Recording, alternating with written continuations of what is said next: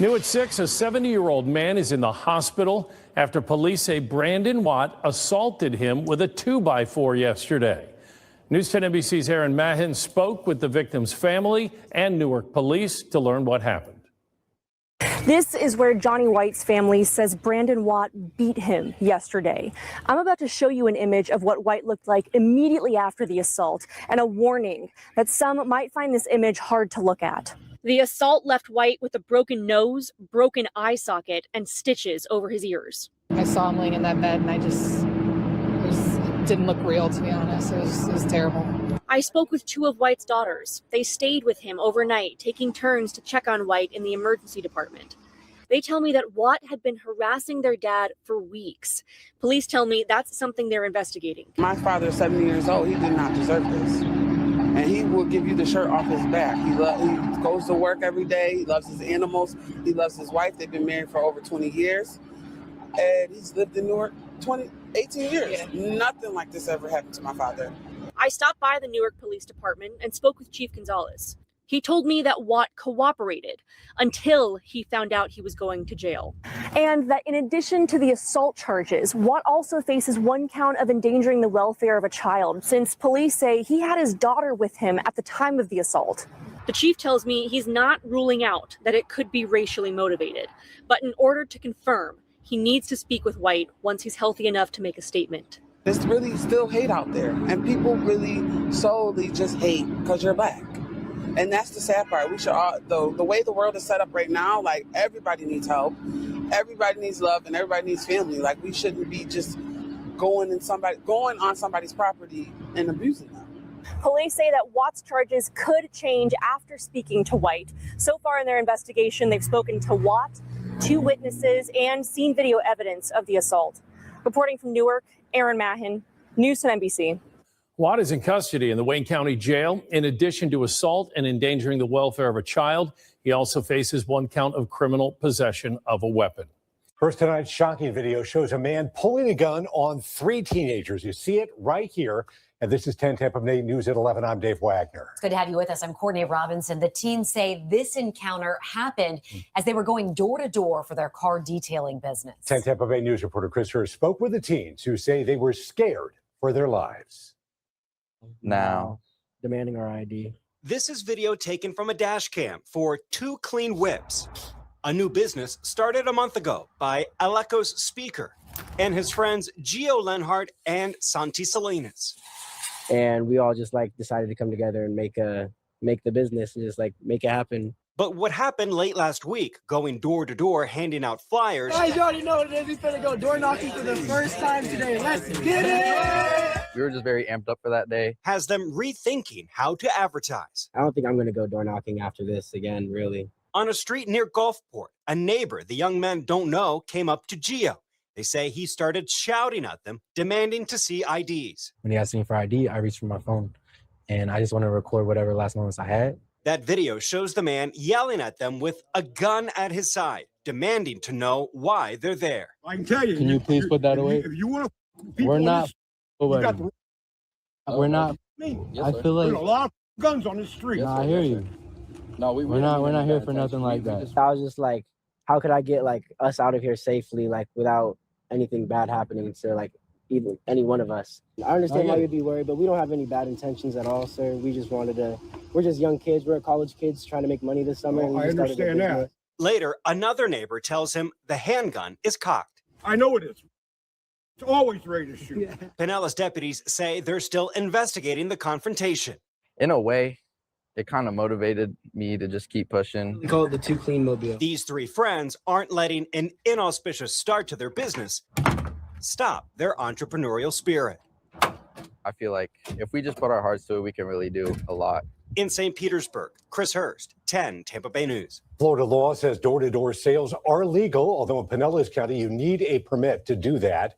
There is a stand your ground law in Florida on your private property, but displaying a firearm on a public street in a threatening manner can result in a criminal charge. North Carolina police officer has been fired after a video showed him repeatedly punching a woman during an arrest. Take a good look at this video right here, because doorbell camera shows the officer hitting Cherry Moore in Shelby, North Carolina, after what started as a burglary investigation. Moore's family says she was having a mental health crisis. He took his anger out on my daughter, my innocent daughter. I want him to be charged for everything he did. I want him to be off the street. Moore is now getting medical treatment for her injuries, but she still faces charges for breaking and entering.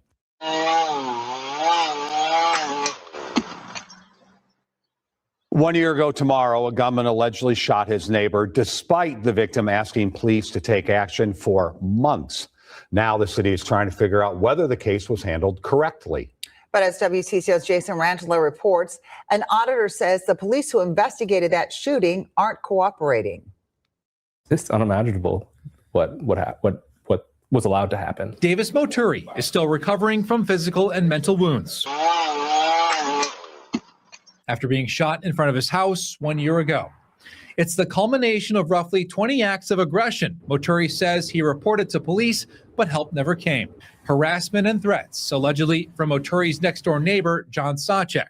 It felt like I was the only person, just trying to protect my life. Now, Minneapolis Auditor Robert Timmerman says the police department is not cooperating with the city's own investigation into the shooting. It is incredibly frustrating that we're not getting participation from MPD. Timmerman says city auditors have reached out to MPD leaders more than a dozen times to meet without success. Individual officers have not been cooperating either, Timmerman says. He says one officer asked, quote, "Per my Federation attorney, I'm asking, could I be subject to discipline if you believe that any answer I provide is incomplete or untruthful?" This question itself was incredibly concerning to me. An officer asking if I can be untruthful with the Office of City Auditor. This is coaching coming from the Federation. In a statement late Wednesday, the Public Safety Commissioner said the Police Federation should not be involved in an independent review and, quote, "Officer cooperation during the audit is mandatory,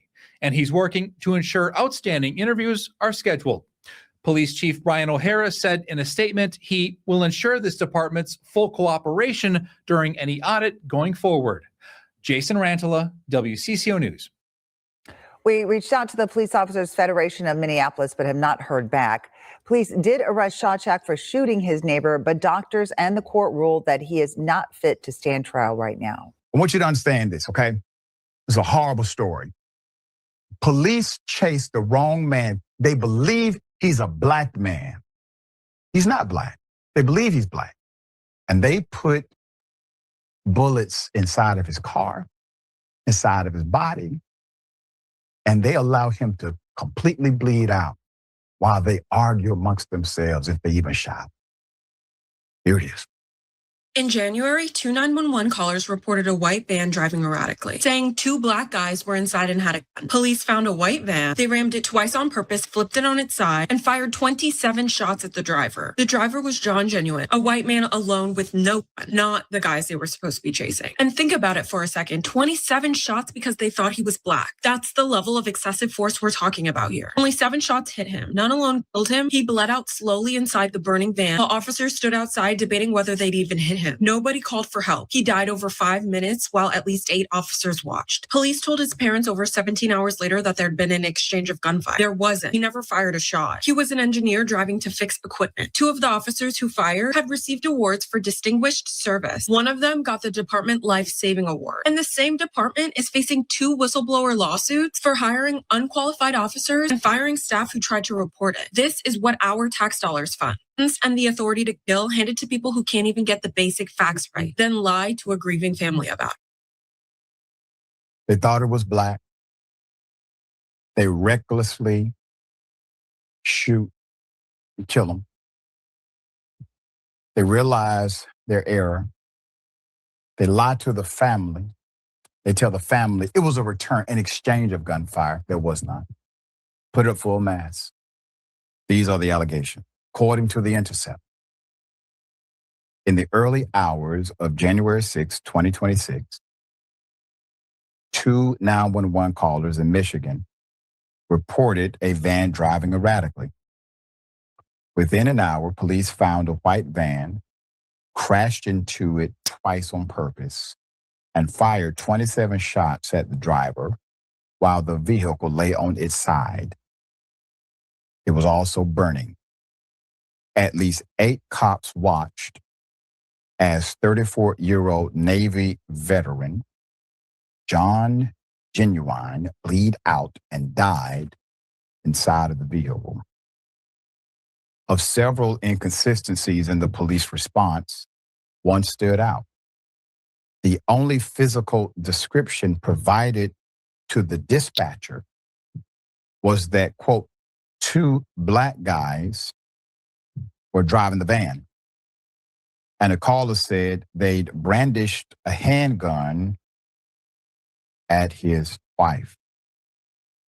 However, the victim was white, driving alone, and completely unarmed. That's not what police told the victim's parents, however, when they contacted them the following evening. Now, this was 17 hours after killing their son. Quote, "We were told that there was an exchange of gunfire and that John was killed." That's what John's father, Larry, told The Intercept. Call it naivete or whatever you want to call it, but our first thoughts were, oh my God, what did he do? Why did he cause this? End quote. They believe the cops. Their son, John, an industrial field engineer traveling to repair $1 million lasers, just had his work equipment. No gun was ever found in his van. And the officers who caused 2 intentional collisions appear to have violated their own policies, which the department updated after the police killing of George Floyd, testing the limits of the post-2020 police reforms. Quote, come to find out, he didn't do anything to cause any of this, Larry said. He was not the guy they were supposed to be chasing, end quote. See? But they thought he was black. They thought the people in the van or the person in the van was black.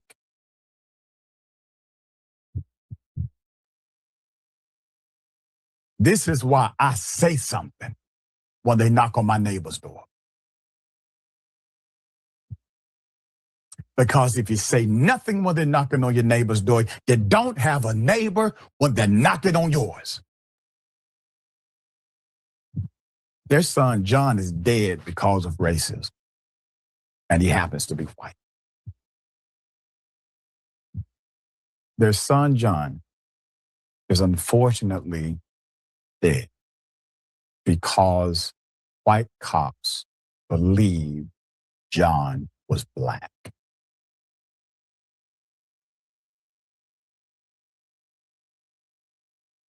Only 7 out of those 27 shots hit the victim. None of them alone was responsible for killing him.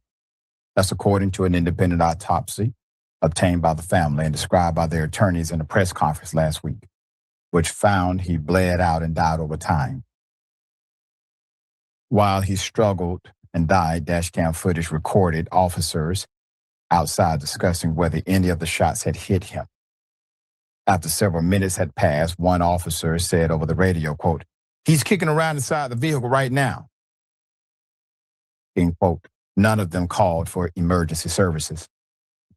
The family is now suing the Washtenaw County and 8 sheriff's deputies who responded to the case for wrongful death, for violating John's constitutional rights to protection under the law, and against unreasonable searches and seizures, and for gross negligence and willful misconduct, including improper use of deadly force.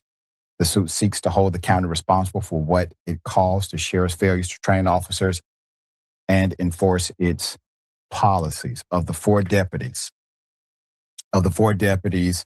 attorneys said fired shots. 2 names have been publicly released.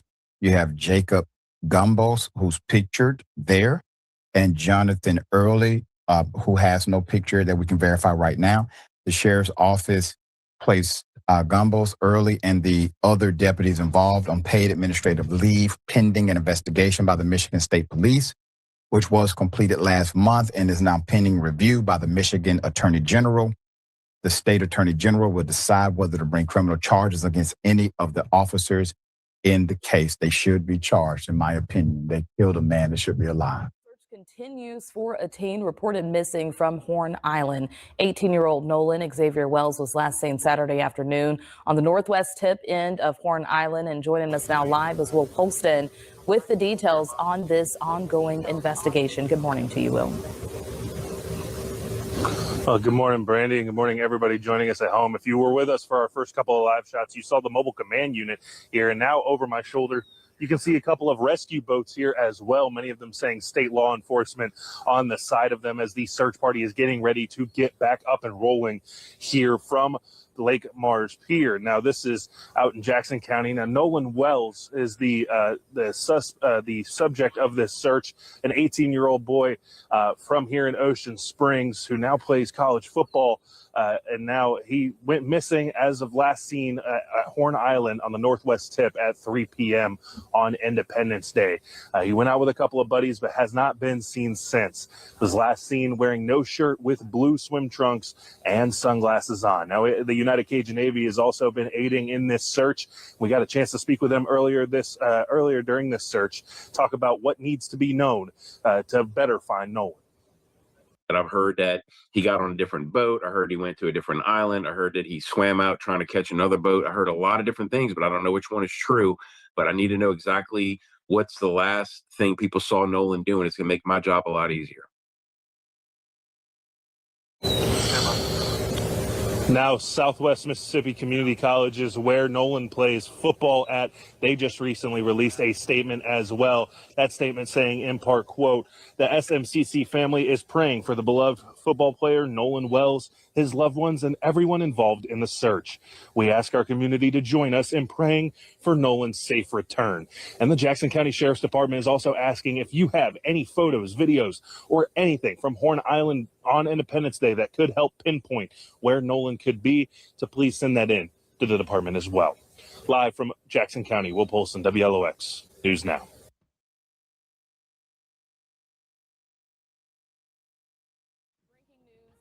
Has been found on Horn Island near where missing 18-year-old Nolan Wells went missing. Search crews like this one you see here in the air have been searching for him for more than 40 hours now. Thanks so much for joining us. I'm Brandy McGill. Will Polston has been on the scene at a command post in Jackson County all morning as they search, and he now joins us live. Good morning to you, Will. Hey, good morning, Brandy. We got word here just at about 8:45 that there was a body found on Horn Island, and the officials are now working on bringing that back. Now, as of right now, we do not have an identity of the body that was found, but I can confirm that Nolan Wells' family is here at the Lake Mars boat launch. Now, they've asked us not to show the camera in that direction right now of the family grieving. There is quite a bit of family and friends here from Nolan's family, but like I said, we do not have identity as of right now. Sheriff Ledbetter did confirm that a park ranger ended up finding the body that was found, and the coroner was here earlier and has since left. They left right at about 10 o'clock, just after 10 a.m., waiting on getting official confirmation on the identity, cause of death, and everything else in between. Of course, as we find out more information, we're going to be updating you on our website at WLOX.com. But as of right now, a really somber scene as the family all gathered around, hugging and trying to enjoy each other's company during a somber time. Again, still waiting to find out the official identification of the body found, though. Reporting live in Jackson County, Will Polson, WLOX News Now.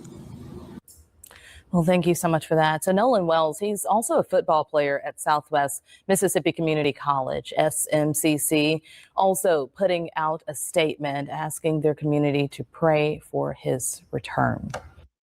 Imagine being gaslit from the day you are born into believing that you are the danger by a group of people that actively seek out danger as a recreational hobby, as fun, Imagine being told that you are the danger when all of the data shows that the danger, the only danger facing them is themselves. Imagine being gaslit into believing that you are the danger. You are what aids and fuels their fear. When in reality, it is our bodies, bodies melanated, bodies that do not look like them, but look like us, that continue to be found strung up from trees and marked as suicide. Black people do not hang themselves. Imagine being told that we are the danger. You are the danger. You are what we should be afraid of. Meanwhile, it is people that look like us, who are being told that we just don't know what happened when we found that body laying face down in the back of our yard. We just don't know what happened when he didn't come back from that boat trip with all of us. We don't know what happened. They found Nolan's body today.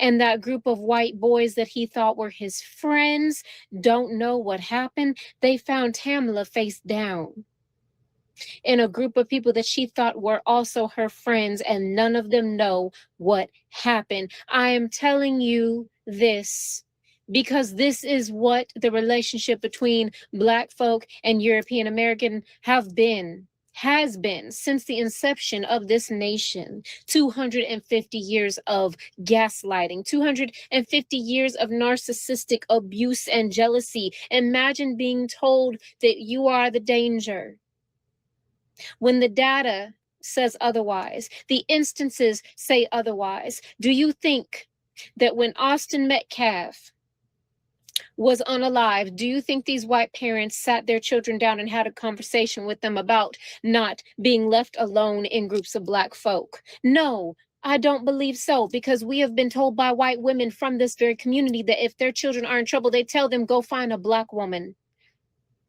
But we are the danger. Imagine being gaslit into believing you are the danger, and yet the same demographic allows you to raise their children, forces you to raise their children. Imagine being gaslit for generations into believing that we are the danger, that they are fatigued of us. And yet we have photos like that DC Metro photo that keep popping up to show who the fatigue really belongs to. We are not scared of you, although we have every right to be, because of your documented history of violence against us, against people existing in these bodies. We simply want to exist, and we can't even do that. We want to befriend you. We can't even do that. We are not safe whether you are in a mask, a lab coat, a badge, or whether you are up there teaching your version of history. Where are we safe? Where can we exist?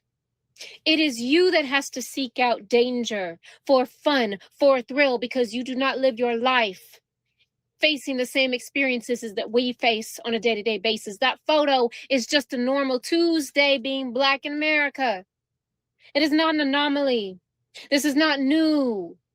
It's just now we have photos being taken because news reporters are deciding that this is something worthy of being spoken about because people are actually looking and paying attention. This is not new. This is every day. This is America's history. America history. This is the truth. And we know it because we live it. And we always have. Y'all didn't listen before, and now because it's being forced on you to see it, you are being forced to witness it firsthand in real time. Now you understand. But do you? Do you understand? Do you see the pattern? Do you see the truth we've been screaming all along? Honestly, I don't know if you do. I can hope. And I can just sit here and give you the truth as we see it. I can just present to you the pattern recognition that we have had to learn to survive. So I say all of that to say this. This is not something that's happening because Trump being in office. This is not something that's happening because of this administration. This is something that's being allowed to get more comfortable again. It was comfortable back then, which was not that long ago. My fourth great grandfather was enslaved and lived to be alive in 1940, 10 years. Not even 10 years, 8 years before my grandparents, who are still alive today, were born. My grandmother's father was a sharecropper. This is not long distance history. This is just yesterday. So these people decided, oh no, it's not socially acceptable to be outwardly and overtly racist. Let me dial it back a little bit, but I'm going to send out my dog whistles. Like Miss Taylor and her lightning bolts. Like Miss Taylor having a Zionist officiate her wedding. But y'all don't want to talk about that. I'm being mean and I'm just hating on Miss Billionaire. Let's talk about Beyonce because y'all care so motherfucking much about Beyonce. When a Black woman criticizes a white woman that you brought into the conversation, then it becomes, what have you done? What about this Black person? They all can catch this fire. Because there's no such thing as an ethical billionaire. I don't give a fuck what they look like. As long as there are people unalived on the streets, as long as there are people dying from starvation, as long as there are children without a house, without food, without water, there should be no billionaires. I don't give a fuck. I don't give a fuck. So the point is this. Don't tell me that you are shocked and appalled by the fact that we have white supremacists running around DC like they don't give two shits who sees them. They do. They're scared little boys. They're scared, they're closeted, and they're angry. And that is why we have this administration. This has always been festering in this nation. It peeks its head out because it got unapproval from society. Society said, no, we don't do that no more. So they dialed it back. And now society is saying, you know what? Run it back. And so they are. They never went away. They never disappeared. It's always been this. And we've been telling you, but because you could not see it, because you don't live it, and because you don't believe in our words hold no value for you, because you've been indoctrinated by white supremacist ideology. Now you're seeing it because it came from a reputable news source. Now you believe it. It didn't matter when we were screaming it from the rooftops. Now you believe it. Well, guess what, honey bunches? It's not our job to fix it. It is not Black and brown people's job to dismantle this system that you all benefit from, that you all created. It is your job to burn this motherfucker down. It is your job to get angry. We've been angry. And we were told it was unjustified. So you know what? Yes, we are fatigued. We are exhausted. We are still angry, but we want to be left the fuck alone. Y'all handle it. Because now it is starting to burn you. Now you care because your rights are being infringed upon. You didn't look twice when it was us. You said we were over dramatic, overreacting, bringing up the past, pulling the race card, but now it matters. Y'all should do something about that.